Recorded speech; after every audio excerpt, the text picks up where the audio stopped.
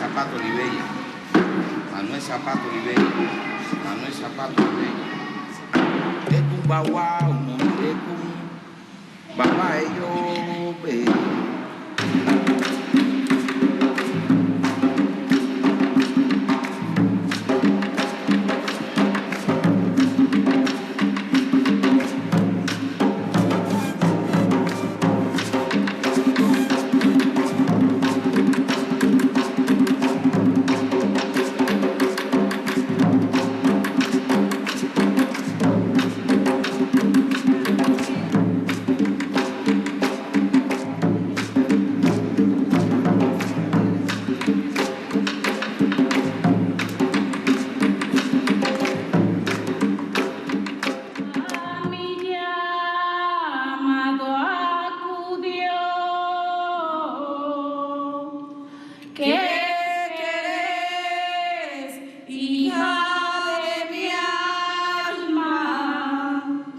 ¿Qué querés, hija de Dios?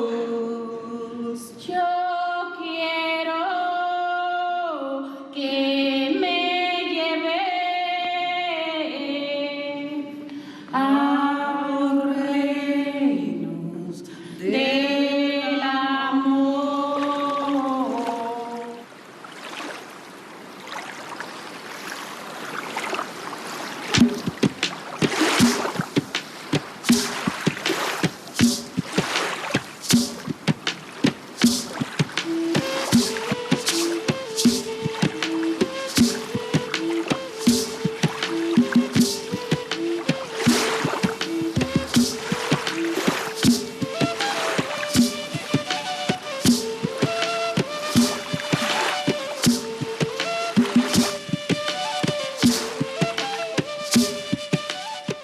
Comencé a tener una sensación de ave, de sentirme pato nadando en la ciénaga, de sentirme garza blanca, garza morena, garcipolo, currao, barraquete, pisingos, porque todos ellos eran parte inseparable de ese paisaje húmedo.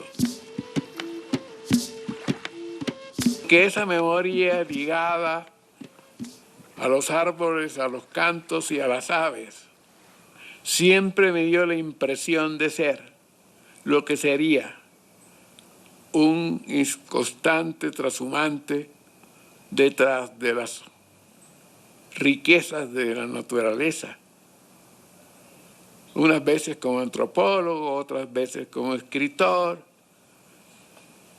pero me han rodeado todos estos elementos.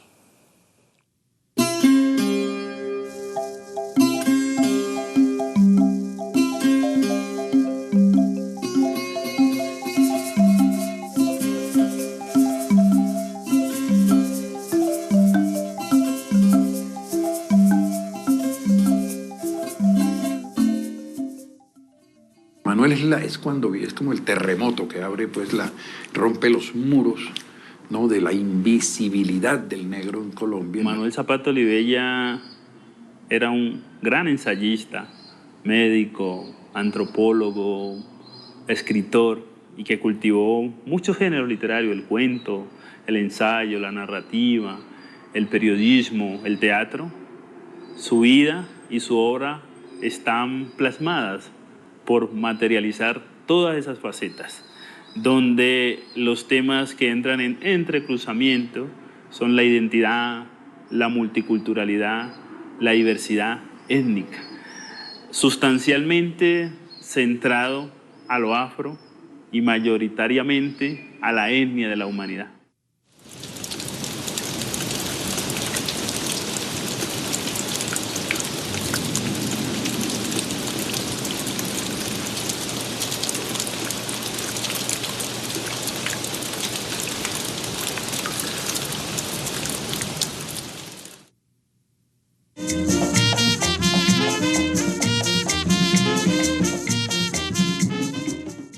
Nací en Lorica el 17 de marzo del 1920 bajo el signo de Piscis.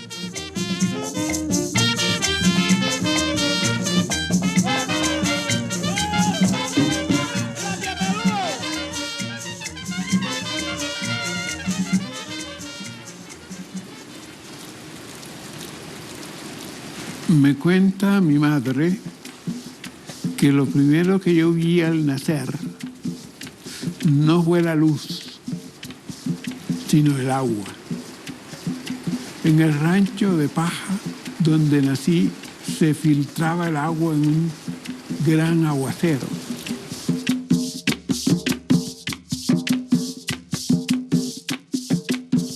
Nuestro padre era un educador. Fundó un primer colegio de enseñanza para adultos analfabetos y desde luego allí aprendimos las primeras letras. Para mí estas primeras letras fueron siempre un misterio, porque yo comencé a hablar solo a la edad de 4 años. No era sordo, pero sí estaba enmudecido.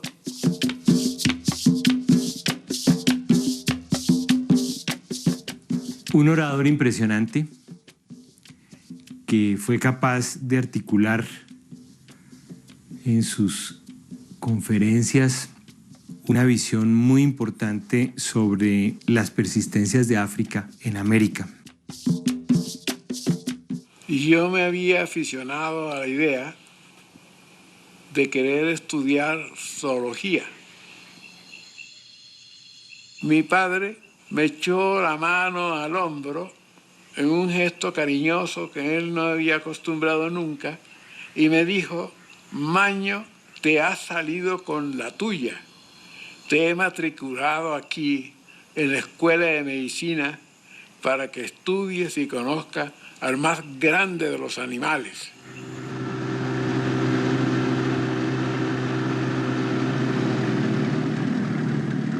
Nosotros de niños siempre sabíamos que Manuel era un patiflojo, que siempre estaba caminando. Él llegaba como un cometa, nos cogía a todos los sobrinos, nos llevaba de paseo, nos contaba unas historias y desaparecía. Entonces era un mito.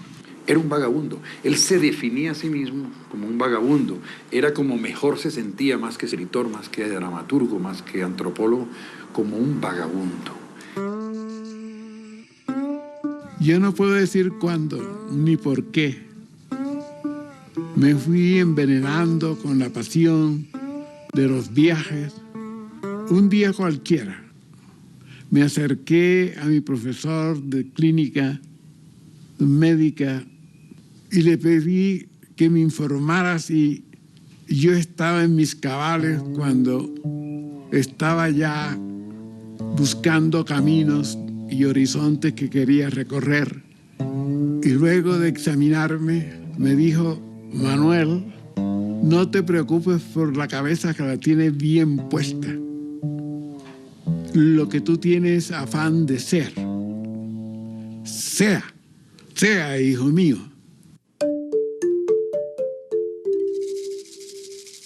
Caminé y caminé, siempre bordeando la orilla del mar, sin atreverme a desviarme hacia el interior de la montaña que también me acompañaba.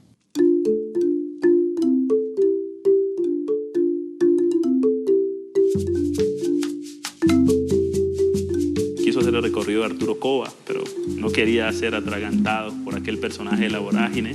Llega a Buenaventura, va a Cartagena y se va por Centroamérica, llega a Estados Unidos, de ahí resultan 2 obras, ¿no? Pasión vagabunda, He visto la noche.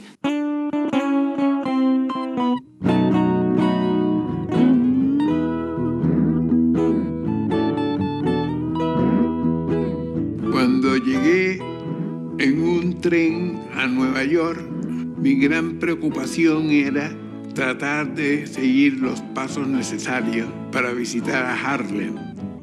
Quien me abrió las puertas a este mundo de la intelectualidad afro en los Estados Unidos en el año 46, Langston Hughes. Y me habló entonces del gran renacimiento de Harlem, en donde el pueblo afro-norteamericano comenzó a tomar conciencia de sus valores trascendentes.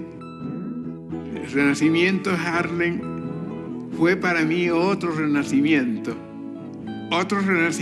que me iría a demarcar el resto de mi vida, aún después de haber abandonado este país.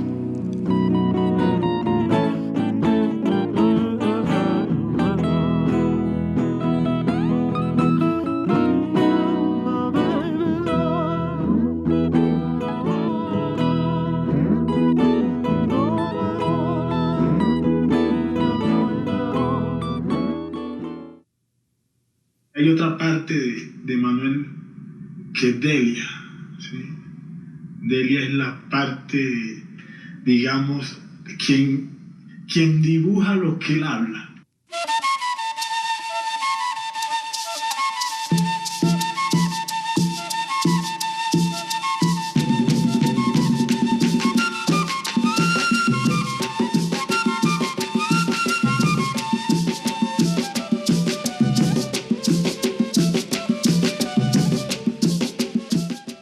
El reencuentro con la hermana en Bogotá fue mucho más trascendente en la formación de mi toma de conciencia étnica y cultural de lo que en un comienzo fue simplemente un abrazo de hermanos.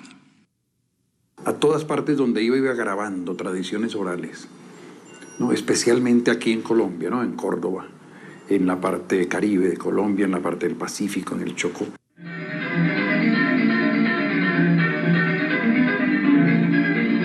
El pueblo transmite sus hábitos y conocimientos a través de la lengua, los dichos, canciones y coplas. Cuando uno logra despertar la confianza a una tía o un abuelo, nos relatan maravillosas historias de sus vidas, del pasado, de sus costumbres, que pasan ocultas en sus afanes cotidianos. La dobladora de tabaco mientras fuma evoca los recuerdos de sus años de niño y de moza. El vaquero nos sorprende con los secretos para domar los caballos o atravesar los ríos crecidos.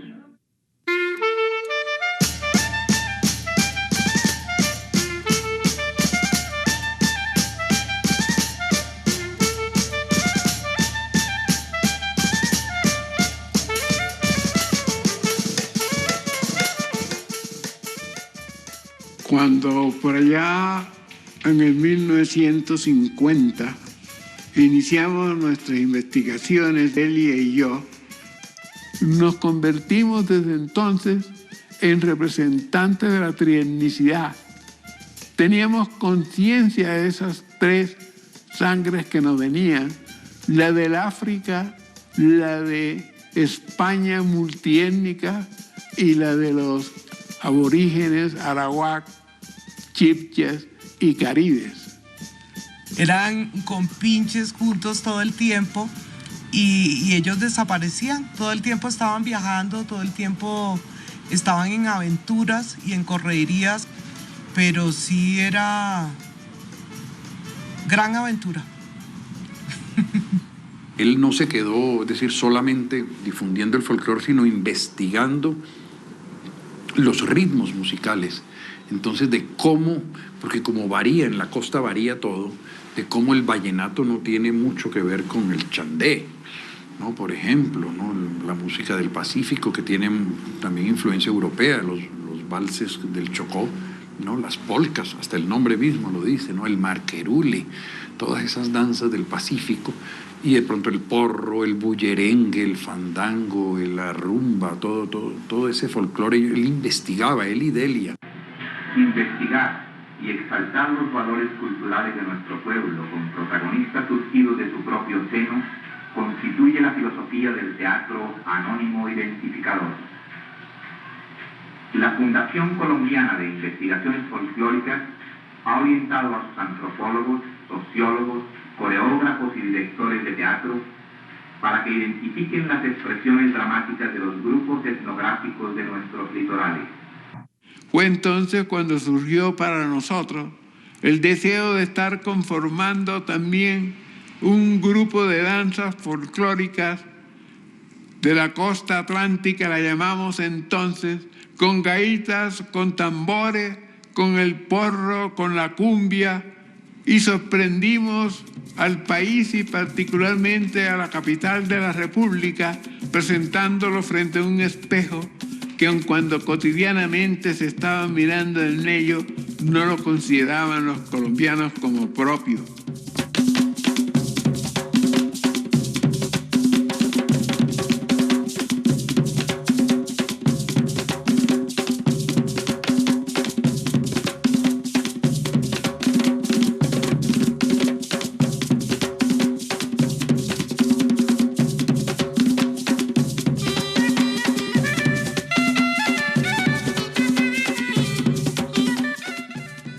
La mayor experiencia que he tenido en mi vida fue el haberme encontrado con los hermanos Delia y Manuel Zapata Olivella. Soy de las integrantes del primer grupo folclórico que se organizó aquí en el Chocó, con los que recorrimos varias ciudades del país, y por ello fui seleccionada para ir a Europa en la gira que hicieron a Europa, algunos países del Asia, llevando las danzas o la representación de lo que es nuestra cultura a esos países. Ellos fueron los primeros en llevarlo al mundo, digamos, Manuel y Delia.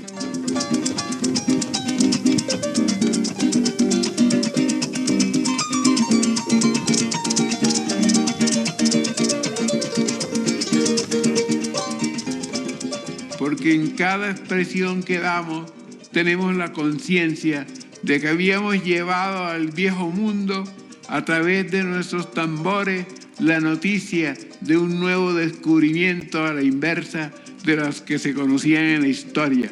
Ese es el camino de las reivindicaciones que mi hermana Delia y yo fuimos tejiendo poco a poco para irnos liberando nosotros mismos de todas estas otras influencias que negaban la grandeza del ser humano.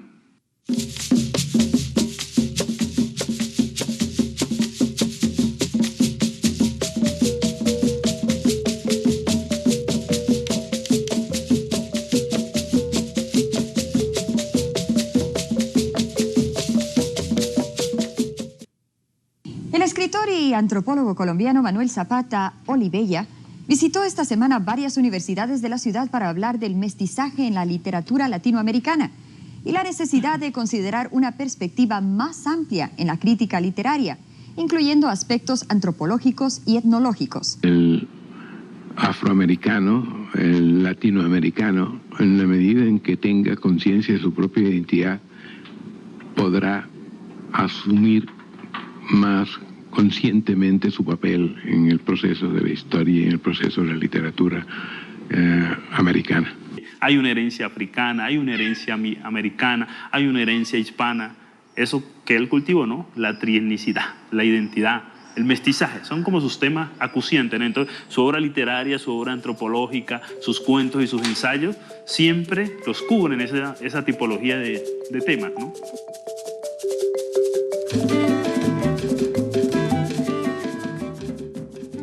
Yo me siento universal hispánico, me siento universal africano, me siento universal americano.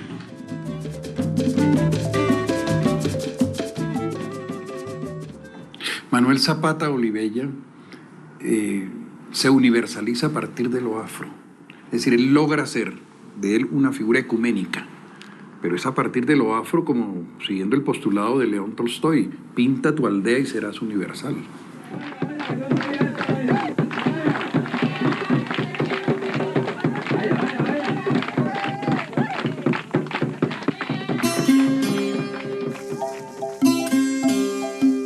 Yo creo que él pretendía explicar al hombre colombiano, o yo lo llamaría la gente colombiana. Y en ese sentido, ese estudio es un gran aporte comparativo que intenta recoger desde lo genético, pasando por lo histórico a lo cultural, y pues eso ya no se hace aquí.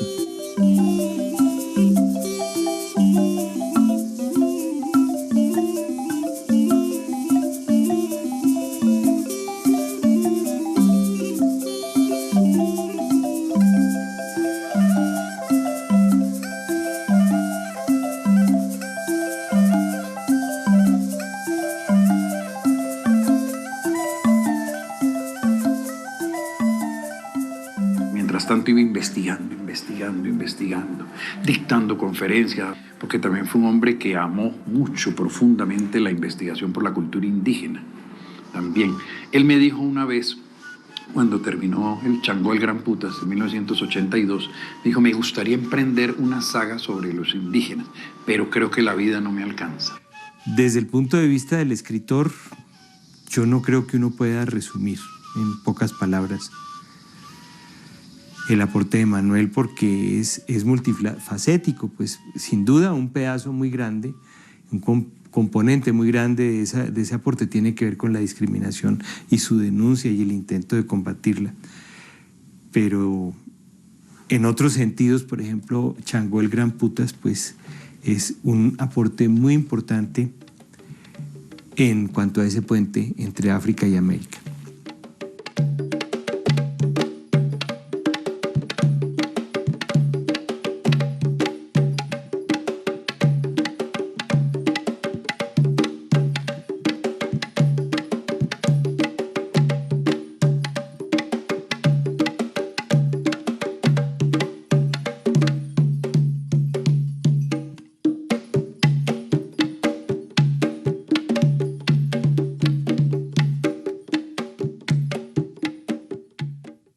Y ya lo que hace en Changó es que esa idea de realismo mágico, toda la mitología, la filosofía africana, la convierte en arte para hacer una filosofía de la libertad de los africanos y su epopeya de las cosas que hicieron aquí en América, ¿no? Que poseídos y guiados por ese mandamiento de Changó, nunca los hombres se deberían someter, sino que tenían que usar todos los dispositivos para alcanzar lo más logrado, como te decía anteriormente, que los dioses le han dado a los hombres, que era la libertad, protegido por los orishas, por los ancestros y por las divinidades.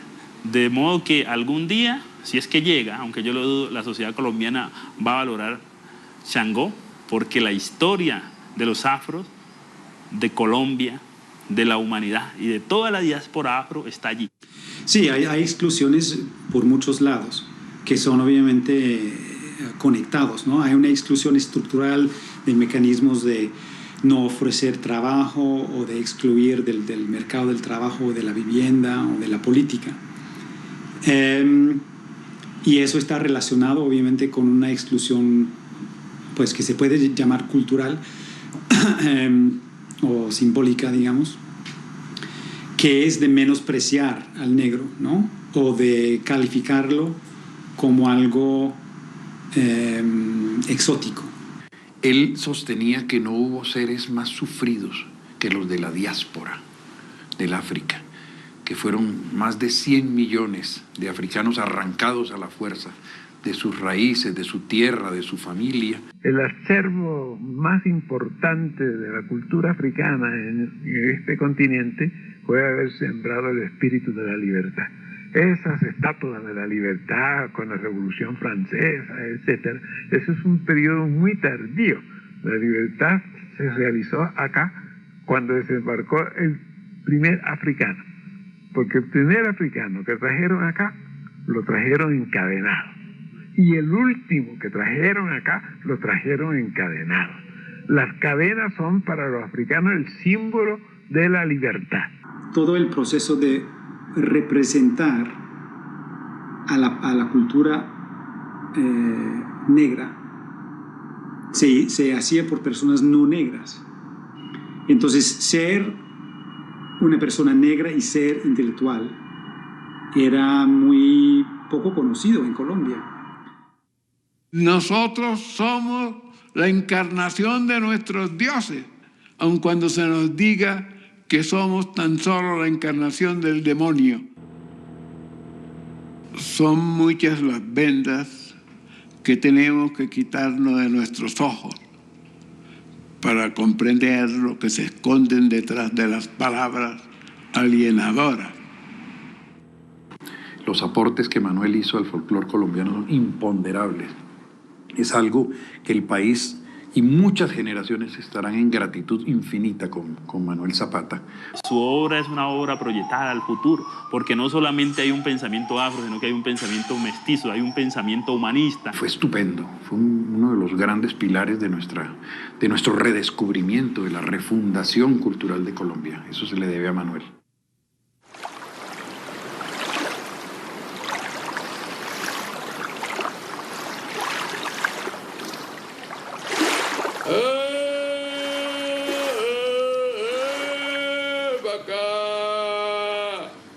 ¡Ey, Bruna! ¡Vente de primero!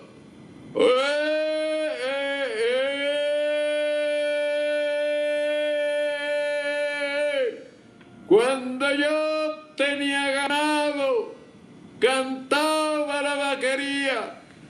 Ahora que no lo tengo, ay, canto la vida mía.